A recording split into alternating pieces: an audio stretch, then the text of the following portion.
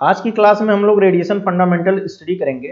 देखिए, above zero temperature के ऊपर जो है रेडिएशन रहता है, बट वो इतना कम रहता है कि उसको आप यूटिलाइज नहीं कर सकते हो रेडिएशन के इफेक्ट को टेम्परेचर मेजरमेंट में। हम लोग जो पायरोमीटर बना रहे हैं वो 650 डिग्री के ऊपर ही यूज करते हैं, क्योंकि उसी के उतने टेम्परेचर के बाद ही आपको उसका इफेक्ट जो है, इंटेंसिटी जो है अच्छी खासी मिलती है। ठीक है, तो ये चीज है। अब इसमें कहा यह गया है, जो ब्लैक बॉडी है वो क्या है,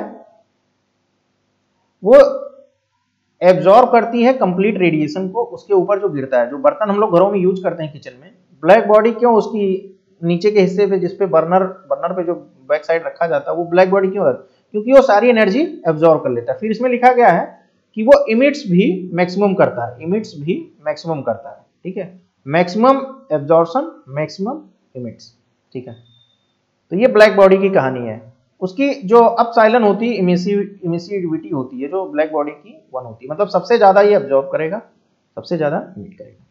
देखिए, स्टीफन बोल्ट्जमैन लॉ क्या है? Rate of heat radiation dq by dt वो प्रोपोर्शनल होता है, मतलब कितना रेडिएशन पर सेकेंड, dq बाई dt पर सेकेंड कितना रेडिएशन हो रहा है, वो डिपेंड करेगा बॉडी का एरिया कितना है और टेम्परेचर के पावर 4 पर डिपेंड करेगा, टेम्परेचर टू द पावर 4। तो dq बाई dt हो गया proportional to area, dq by dt proportional to t⁴। तो dq बाई dt प्रोपोर्शनल हटा दो, सिग्मा a t⁴। तो ये ब्लैक बॉडी के लिए होगा, मतलब आइडियल केस में। ब्लैक बॉडी नहीं है, कोई और बॉडी है, तो हम अपसाइलन ऐड कर देंगे। अपसाइलन क्या है? Emissivity of the substance. Sigma क्या है? स्टीफन कांस्टेंट, ये इसकी वैल्यू हो गई। ठीक है, अपसाइलन ब्लैक बॉडी के लिए हमने बताया 1 होता है। अब देखिए, इमिसिविटी क्या होती है? Rate of radiation through unit area of the substance. जो सब्सटेंस आप लिए हो, rate of radiation through unit area. दूसरा, rate of radiation through unit area of the black body under same condition. मतलब ये है कि जो आप बॉडी लेके चल रहे हो, मतलब ब्लैक बॉडी, उसका radiation, rate of radiation upon black body का रेडिएशन का रेशियो। ठीक है, इमिसिव पावर क्या होती है? Rate of radiation upon area.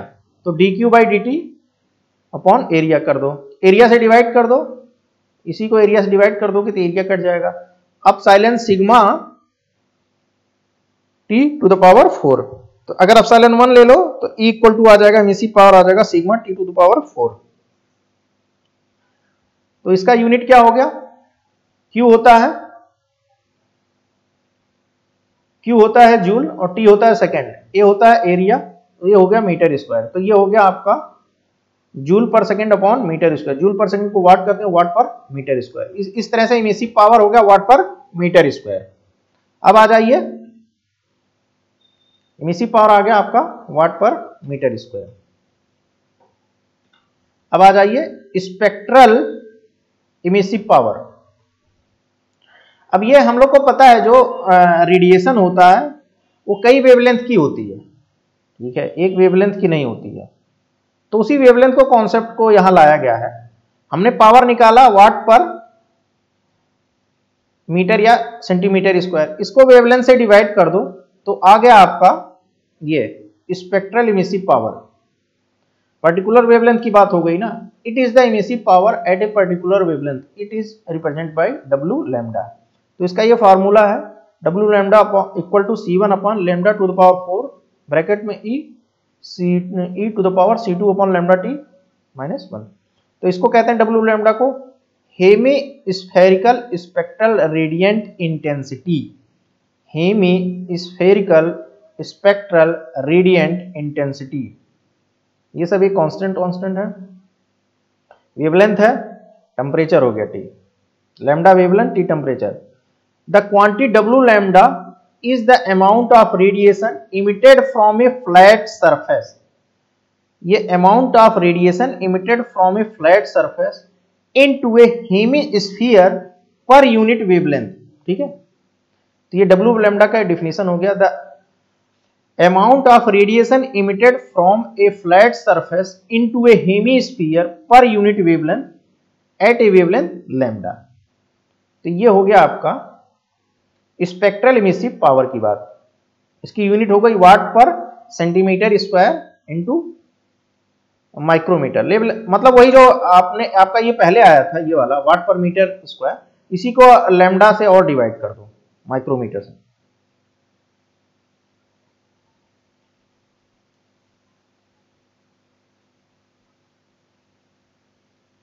अब आ जाइए वीन्स डिस्प्लेसमेंट लॉ। वीन का क्या नियम है, देखिए डब्लू लैम्डा यहां आप ले लिया, माइक्रोमीटर यहां रहेगा, म्यू लिखा हुआ तो वो अंडरस्टूड है माइक्रोमीटर, ठीक है। Plot of W lambda and lambda when T equal to constant, ये कुछ नहीं है, इसको हटा दीजिए। डब्लू लैम्डा इधर हो गया और इधर क्या ले लिया आपने, लैम्डा, इधर साइड लैम्डा ले लिया।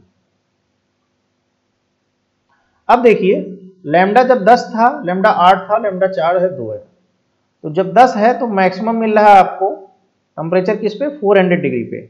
जब लैम्डा और कम हुआ तो मैक्सिमम मिल रहा है 500 डिग्री पे। लैम्डा और कम हुआ 4 तो मैक्सिमम मिल रहा है 650 पे।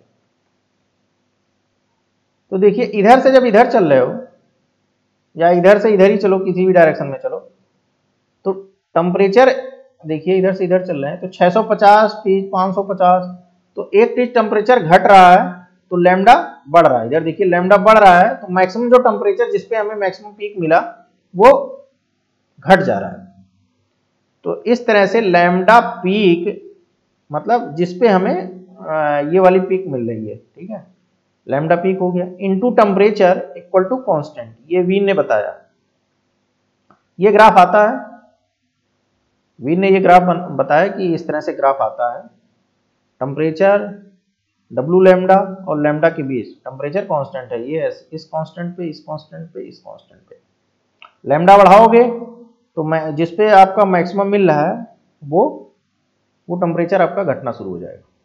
बस इसको याद कर लीजिए, lambda peak into T equal to constant, ये कांस्टेंट की वैल्यू है 2981, therefore lambda peak equal to 2981 upon T micrometre. Lambda की यूनिट होती है मीटर, तो यहाँ ये यूनिट किस में आएगा, ये पूरा कैलकुलेशन माइक्रोमीटर में। ठीक है, थैंक यू।